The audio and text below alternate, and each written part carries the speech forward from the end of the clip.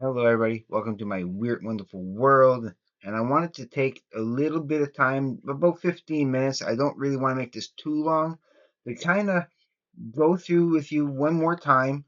Well, I should be talking about this band a little bit more often. My favorite band of all time is Tool, and I want to try to relate to you just how much I love this band and that I don't talk about them enough. In fact, I feel I have neglected them just a little bit too much in the last year or so. I don't play them nearly enough, and I kind of want to get back into playing my Tool albums. I've been so focused on so much other stuff that I need to get to.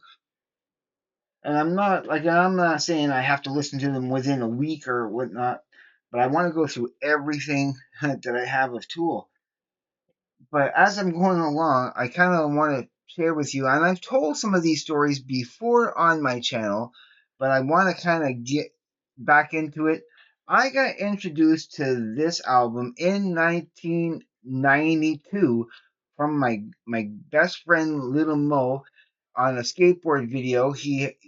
There was one of the skaters was playing part of me as part of the song that of his skate run, but I had already seen the video for Hush, so I kind of and I liked that, so it got me intrigued. I mean I loved them instantly. I even felt at that moment that they had the potential of being my favorite band. I had already gotten disillusioned with Kiss once they took off their makeup, and I was looking for and then eventually I discovered Metallica, and then when the Black Album came out they kind of unimpressed me with that, and then and so I was kind of in the market for a new favorite band.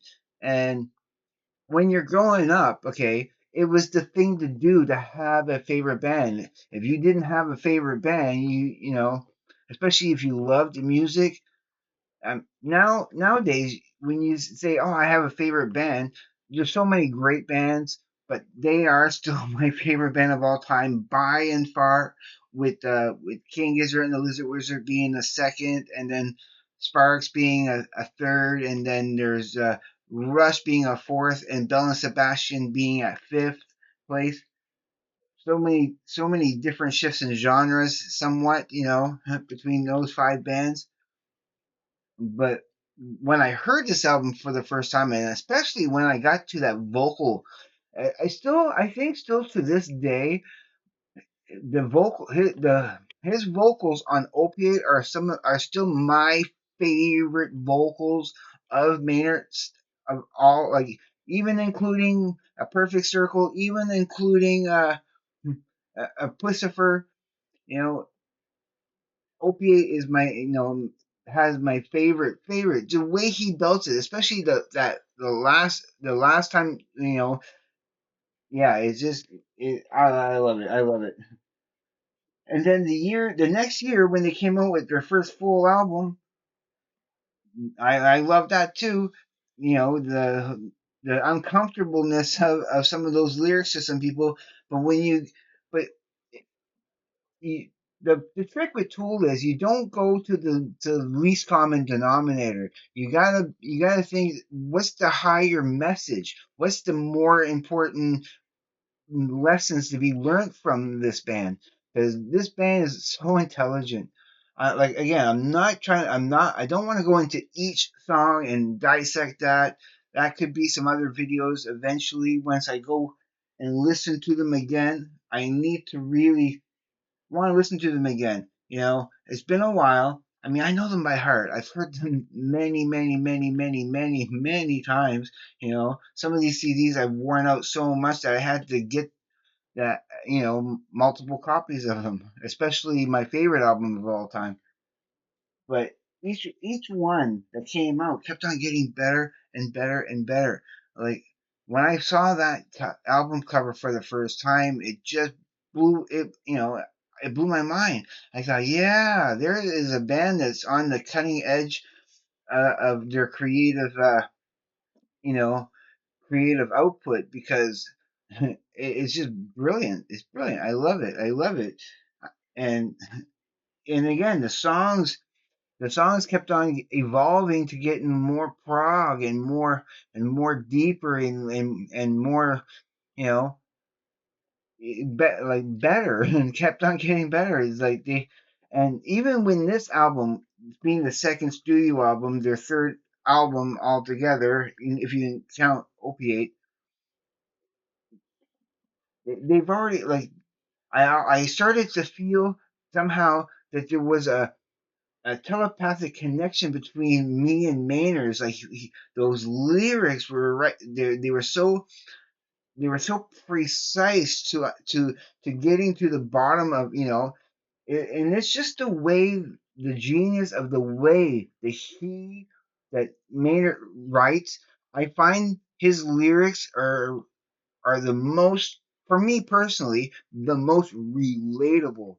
I relate to this so deeply and so heavily. It's crazy. And so eventually, I ended up getting this. Here is Vitamin Records, and it's the the string quartet tribute to Tool's Anima.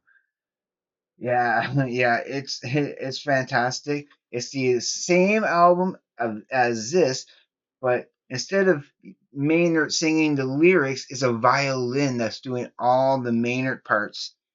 It's crazy. It's crazy. It's so good too because and I had I knew there was a music lover, okay, who wasn't into heavy metal, right? He like I wasn't going to introduce that to him. I say, well, here, I lent him this, and then he was so, he goes, he didn't know where the music was leading or going. It was kept him on his toes the whole time. He thought it was thrilling, exciting, inventive. He totally loved it. I don't think he'd ever heard this, but these are great companion pieces. They did a wonderful job. They do have one for the next album. They Vitamin Records does have one for Lateralis, and I would desperately love to get that eventually. I'll have to look into that. But this album, how I came to find out about this album, how the first time I heard this album, where I was, what I was doing with my life, and it just came out at the perfect time. The first year I was in Montreal, decided to go to Montreal. That was the very first year of 2001, and then walking down the street and seeing a poster for it, a little poster, not even so big. It was like maybe about 16 inches tall and like about 12 inches wide. It was, and I spot that from at least a block and a half away. It was like just a tiny little dot on the horizon, and walking with my friend John, and in mid sentence, and it's like I forgot completely what I was talking about. As soon as I saw it, I knew what it was. There was no possible way I could know what it was. Like, but I had been anticipating that new album for a while, okay, and so something. It was just something about the shape of it and the way it looked. I somehow knew. I somehow knew. Like it was sending me a signal that there is no possible way I should just have been able to discern that at such a distance. And he had no idea what I was talking about. And as we were getting closer, I kept on pointing to it, and he didn't know. And then until I was actually touching the picture and said, "Is this right there?" He was stunned. He was stunned. He goes, "How in the world did you see that from all the way back there?" He couldn't believe it. It was like it was a supernatural connection for this band, and it was that cover. It was that cover right there, exactly that. But instead of that background on there, it was black. It was black, and it had that logo kind of above it, on the poster. But it was all a black background. And it was just the shape of him. And yeah, it blew my mind. It blew my mind. And then listening to it, there was just there was no album that made me tear up or get like shivers up my spine more than this the first time I heard this. Like there was multiple moments where it was giving me these these awesome goosebumps of it was thrilling. It was thrilling. That I eventually had to get had to get the DVD videos of Schism and Parabola. And yeah, worth having. And then of course you're waiting another 5 years for a new album to come out, and then finally they come out with this thing here that has a that has a and again, oh, I didn't even, I just kind of skimmed over it. I just briefly have to show you. I mean, I have it here on my wall. I have it here on my wall stretched out because that was a previous copy that I had ruined. You know, you open that up and it has, it has a cutaway to different, to the different levels within the being. You know, oh, like the deepness and and the songs. Okay, briefly with the songs. Okay, and I should leave that. What made me think about doing talking about Tool was last night I was watching the last thing that Neil deGrasse Tyson was talking about on his Star Talk. I'll leave a link pinned down to the comments below. But he was talking about revenge and how and yeah, all about the psychology of revenge in that. And it was such a fascinating subject. But of course, when I think of forgiveness, the power of forgiveness, I always have to think about Tool. And then I was that was a little bit of rabbit hole thing. Yeah, I need to get back into Tool. I'm going to talk about Tool and try to listen to Tool before this year is over. Before January 1st comes around of 2026, I want to listen to all my Tool again. Haven't done it in a while, and yeah, but but just as sure, yeah. So that's what got me. Yeah, that's what got me thinking about Tool. They talk about revenge. Not revenge. They talk about it's called The Grudge, but it's all about forgiveness, and it's all about finding trying to find your soul within this.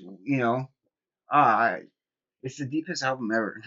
But then they come out with this, his most personal album that is mostly about this album is mostly about Maynard's mother, and I'm not going to go through that history either. There's tons of information on the internet already about it. And maybe one of these days I might do a little bit of my own little expose about Maynard Nat. But these are like the 3D viewer. You gotta keep it parallel with the picture. The glasses and the drawing have to be parallel. But if you do it right, you see a 3D picture. Yeah, it's awesome. It's awesome. And the music, some of the best bass lines is in that album in 10,000 Days.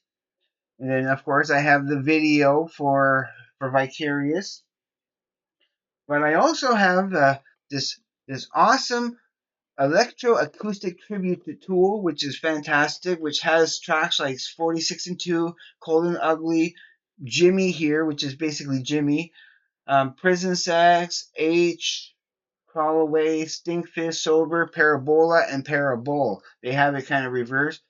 And some of these are little instrumentals of the songs, and it's so cool because it's like a different instrumental of the song, but yet you can sing along right along with it.